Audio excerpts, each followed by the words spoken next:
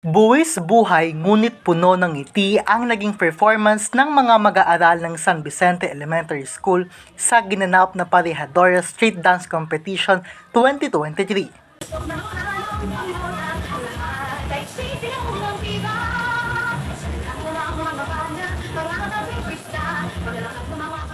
Sila ang itinanghal na champion at nag-uwi ng 33,000 pesos grand prize at nasungkit rin nila ang Best in Costume sa Gigantes Festival Celebration nitong linggo, Nobyembre 19.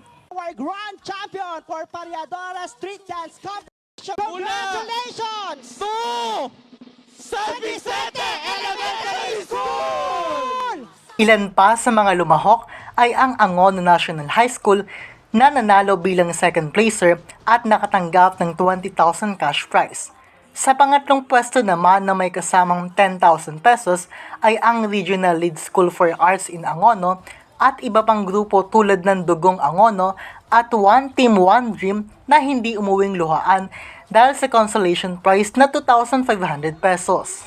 Alas 10 pa lamang ng umaga ay puno na ang kalsada ng Angono Plaza upang masaksihan ng taunang kompetisyon na patay ng pagdiriwang ng Gigantes Festival.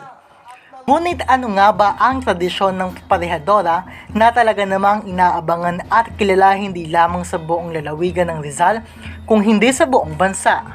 Sagwan, sombrero, makukulay na damit at mga bakyang pumapadyak sa gitna ng kalsadang buhay na buhay sa salo ng mga banda. Ang Parehadora ay grupo ng mga kababaihang taga-Angono mula 3 taong gulang hanggang katandaan. Habang suot ang magarbong damit at bitbit ang maliliit na sagwang may disenyo, sabay-sabay silang nakabakyang nagmamarcha paikot sa buong kabayanan. Maraming dahilan sa pagsali sa Parehadora. Madalas ay nais lamang nilang makiisa sa sayawan. Sabi-sabi rin na ang mga kabataang babae na sumasali ay personal na tugon sa panata ng kanilang sariling pamilya kay San Clemente at sa Diyos. Dagdag pa nila, ito rin ay pag-aalay ng sarili, pagsasakripisyo at pagpapakita ng pananampalataya. Ngunit sa paglipas ng panahon, nagkaroon na rin ng pagbabago sa naunang tradisyon.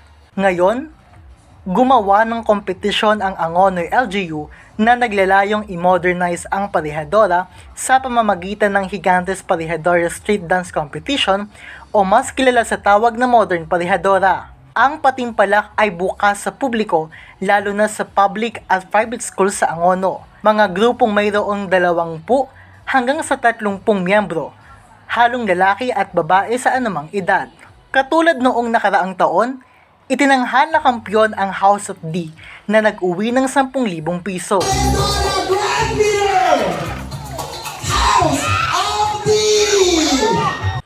Ang Parehadora ay kultural na atraksyon ng Angono, isang simbolismong inaalagaan at sinasabuhay ng mga taga-Angono sa ilalim ng kapistahan ni San Clemente na nagiiwan ng mga alaalang ginugunita at panatang debosyon para sa makulay at masagana pang hinaharap ng bayan.